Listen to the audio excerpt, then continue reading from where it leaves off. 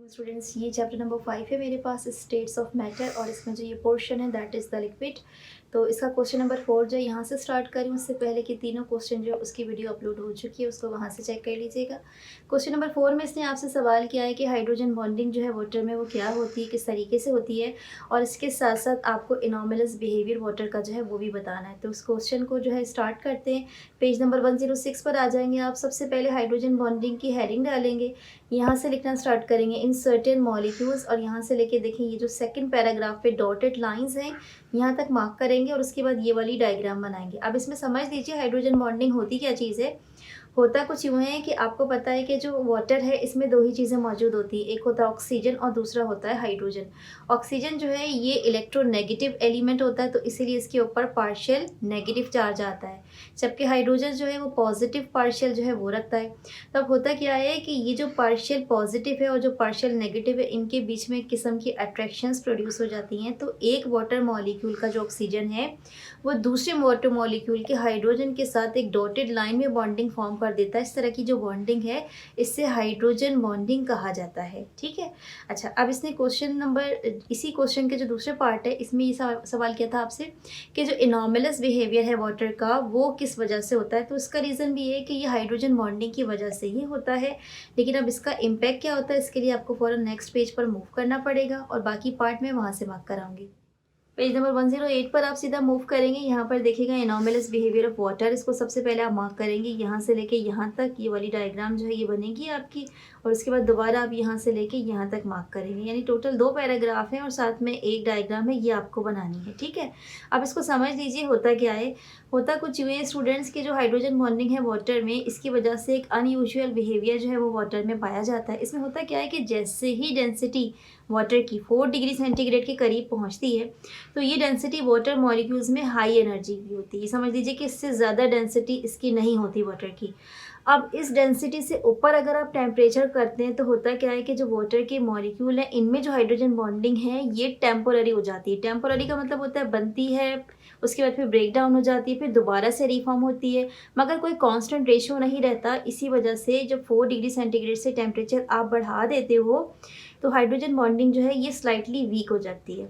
अब होता क्या है कि जब 4 डिग्री सेंटीग्रेड से आप इसका टेम्परेचर कम करना स्टार्ट करेंगे तो इसमें आमतौर पर तो ये होता है कि जो भी आपका की हाई डेंसिटी अगर उससे आप लिक्विड का टेम्परेचर गिराते हैं तो लिक्विड का जो वॉल्यूम है वो नॉर्मल केसेस में डिक्रीज़ होता है, लेकिन वाटर में ऐसा नहीं होता। इसमें क्या होता है कि जैसे आप 4 डिग्री सेंटीग्रेड से टेम्परेचर को कम करते हैं इसका जो वॉल्यूम है वो स्लाइटली इंक्रीज़ होना शुरू हो जाता है।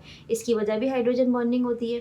रीज़न इसका ये होता है कि जैसे ही टेम्परेचर जो है वो 4 डिग्री सेंटीग्रेड से कम होना स्टार्ट होगा तो at the same time water के जो मॉलिक्यूल हैं इनमें जो हाइड्रोजन बॉन्डिंग एक प्रॉपर पैटर्न में आ जाएगी। अब यहाँ पैटर्न से क्या मुराद है कि हर वाटर मॉलिक्यूल को चारों तरफ से जो दूसरे वाटर मॉलिक्यूल्स हैं वो कवर कर लेते हैं और इनके बीच में डॉटेड लाइंस की शक्ल में हाइड्रोजन बॉन्डिंग बन जाती है, जिसकी वजह से स्ट्रक्चर जो ये स्टेबल हो जाता है और जो वॉल्यूम है इसका ये राइज अप हो जाता है। तो ये बिहेवियर क्योंकि आम लिक्विड्स के बरक्स होता है, आम लिक्विड्स में तो ऐसा नहीं होता, तो इसी वजह से इस बिहेवियर को कहा जाता है इनॉर्मलस बिहेवियर ऑफ वाटर। और इनॉर्मलस की अगर आप इंग्लिश चेक करेंगे तो इसका मतलब होता है एब नॉर्मल, यानी ऐसा बिहेवियर जो नॉर्मल नहीं होता ये वाटर में पाया जाता है। क्वेश्चन नंबर 5 में इसने आपसे सवाल किया है कि वाटर जो है वो वोलेटाइल ज़्यादा होता है एज़ कम्पेयर टू ग्लिसरीन, लेकिन जो पेट्रोल होता है वो ज़्यादा वोलेटाइल होता है as compare to the water. तो सवाल ही पैदा होता है कि अगर टेम्परेचर सेम है तो ये जो inter molecular forces of attraction है इनकी टर्म्स में आप इस वाली बात को किस तरीके से एक्सप्लेन करेंगे। तो इस बात पर आ जाइए, इसका जो रीज़न है वो क्या है, मैंने यहाँ पर मार्क कर दिया है। देखिए ग्लिसरीन जो होता है ये ज़्यादा विस्कस होता है as compare to the water. इसकी वजह क्या होती है कि जो इंटरनल रेजिस्टेंस होती है ना लेयर्स ऑफ द मॉलिक्यूल्स में, ग्लिसरीन के लेयर्स ऑफ द मॉलिक्यूल्स में, ये वाटर के मुकाबले में ज़्यादा होती है। लेकिन होता क्या है कि वाटर जो है वो कौन सा मॉलिक्यूल होता है, पोलर मॉलिक्यूल होता है। तो जहन में रखिएगा कि वाटर पोलर मॉलिक्यूल है, लेकिन जो नॉन पोलर मॉलिक्यूल्स होते हैं जैसा कि पेट्रोल है, अब इनमें जो ये कह लीजिए कि inter molecular forces of attraction होती है ना, ये पोलर मॉलिक्यूल्स के मुकाबले में बहुत कमज़ोर होती हैं, वीक होती हैं। तो इसी वजह से जो जितने भी ये नॉन पोलर मॉलिक्यूल्स होते हैं इनमें जो विस्कोसिटीज़ होती हैं ये भी बहुत ज़्यादा लो हो जाती हैं। तो अल्टीमेटली इसका रिजल्ट क्या निकलता है, क्योंकि विस्कोसिटी लो है इसका मतलब कि जो इंटरनल रेजिस्टेंस है लेयर्स ऑफ द मॉलिक्यूल्स के बीच में वो भी कम है, इसी वजह से पेट्रोल जो है वो ज़्यादा जल्दी उड़ जाएगा और ये ज़्यादा वोलेटाइल होगा as compare to the water. तो उसको आप यहाँ से लिख लीजिएगा एज इट इज़ जिस तरीके से मैंने लिखा है। इससे ज़्यादा शॉर्ट ये वाला क्वेश्चन नहीं लिखा जा सकता था, ठीक है। अब इसके बाद अगला जो क्वेश्चन है क्वेश्चन नंबर 6, इसमें मल्टीपल रीजंस हैं। तो मैं इसका सबसे पहला वाला रीज़न जो है क्वेश्चन नंबर 6 का ये आपको पढ़ के बताती हूँ। इसमें इसने पूछा है कि फ़र्ज़ कर लीजिए पानी जो है ये फर्श पे अगर गिर जाता है, फ्लोर पे गिर जाता है तो ये क्विकली एवोपरेट हो जाता है, जबकि यही पानी अगर आप कंटेनर में रखेंगे तो ये क्विकली एवोपरेट नहीं होगा। इसका रीज़न क्या है? अब इसका साइंटिफिक रीज़न क्या है जहन में रखिएगा, ये होता है लार्ज सरफेस एरिया, क्योंकि जब पानी फर्श पे गिरता है तो सरफेस एरिया बढ़ जाता है, जबकि कंटेनर के अंदर जाहिर सी बात है कंटेनर जो है इसका वॉल्यूम लिमिटेड होता है, तो सरफेस एरिया कंटेनर में लिमिटेड होता है। तो जैसे ही जो लार्ज सरफेस एरिया इसमें वाटर जो एक्सपोज होगा तो उसकी वजह से क्या होता है कि जो मॉलिक्यूल्स होते हैं ना पानी के, उनमें टेंडेंसी होती है कि ये जल्दी से क्विकली क्या करते हैं, सराउंडिंग में से एनर्जी को एब्जॉर्ब करते हैं और फौरी तौर पर क्या करते हैं, हवा में स्केप हो जाते हैं। तो अल्टीमेटली इसकी वजह से क्या होता है कि ये क्विक एवोपरेशन में चले जाते हैं, जबकि जो कंटेनर है उसमें जो पानी मौजूद है इसका एवोपरेशन इतना फास्ट नहीं होगा due to limited surface area.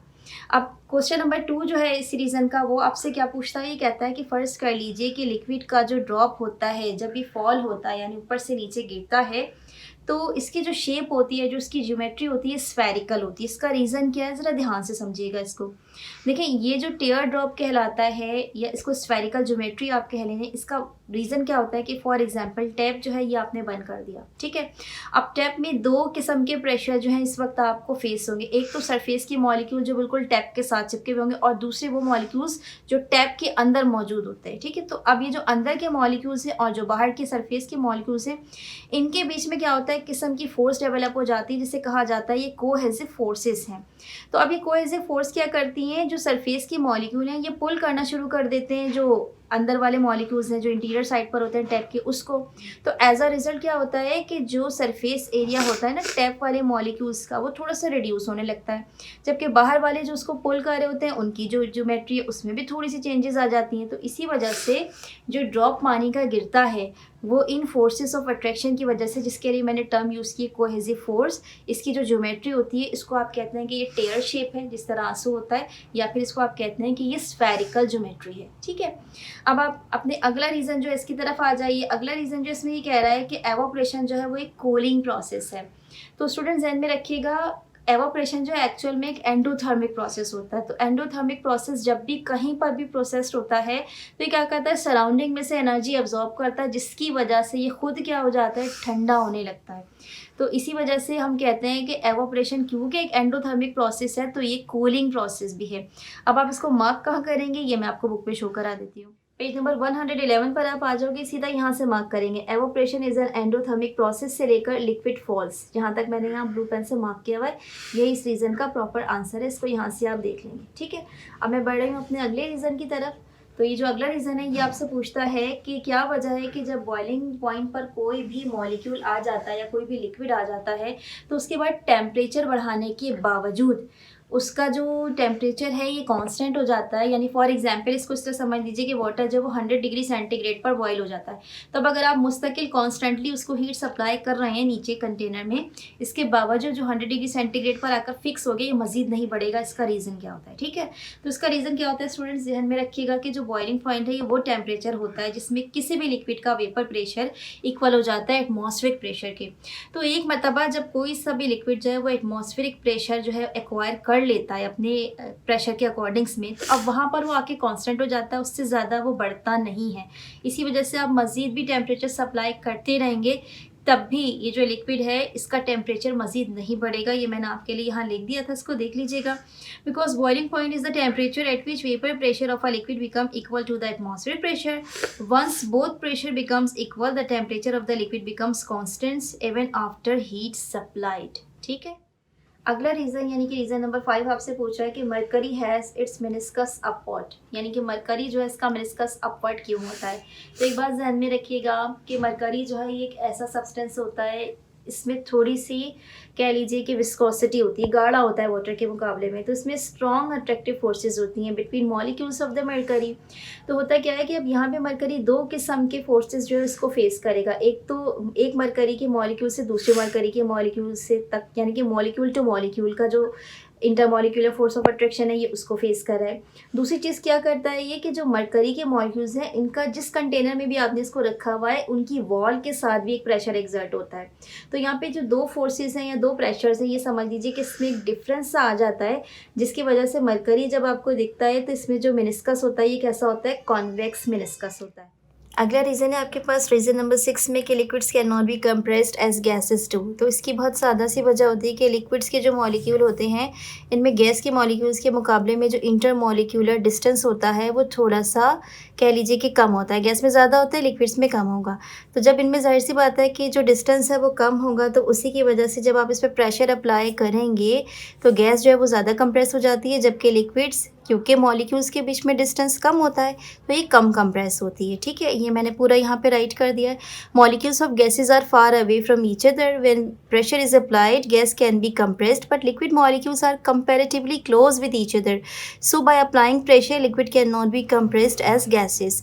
जो नेक्स्ट रीज़न है मेरे पास रीज़न नंबर 7, इसमें ये पूछ रहा है आपसे कि डेंसिटी ऑफ वाटर जो है वो हाई होती है 4 डिग्री सेंटीग्रेड पे। तो ये मैंने समझा तो दिया था आपको कि क्योंकि होता क्या है कि 4 डिग्री सेंटीग्रेड पर जो वाटर मॉलिक्यूल्स होते हैं वो आपस में सबसे ज़्यादा बेहतर तरीके से उनकी अरेंजमेंट होती है। इससे जो कम टेम्परेचर करेंगे तो इनमें जो अरेंजमेंट होती है वो उस तरीके से हो जाती है कि ये अपने आप को एक रेगुलर पैटर्न जो उसमें अरेंज कर लेंगे।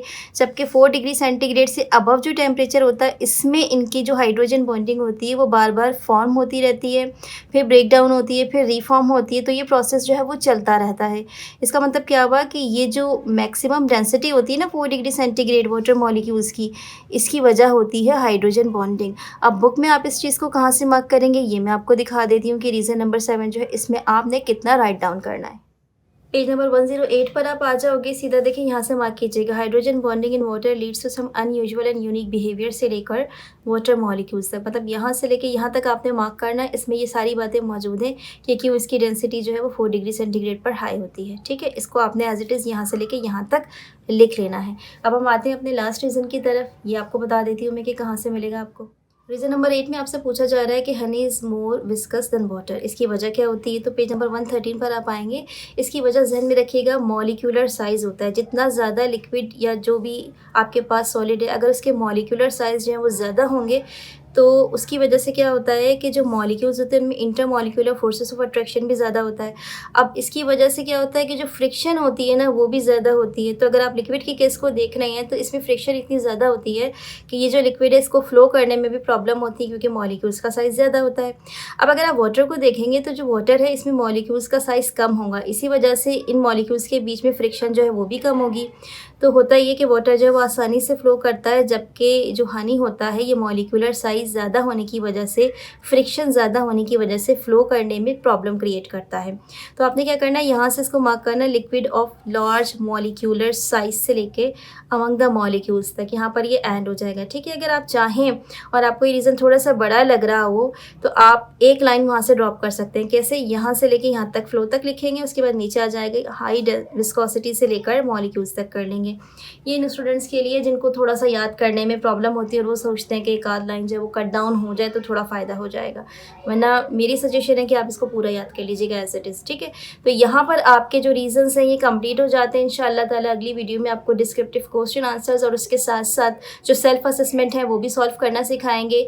कोशिश करेंगे कि वीडियोज़ को जल्दी जल्दी अपलोड करें। अपना फीडबैक जो है वो ज़रूर दीजिएगा। पसंद आए तो चैनल को प्लीज़ लाइक कीजिए, सब्सक्राइब कीजिए, इसको दोस्तों में शेयर कीजिए और मुझे अपनी दुआ में याद रखिए। टेक केयर एंड अल्लाह हाफिज़।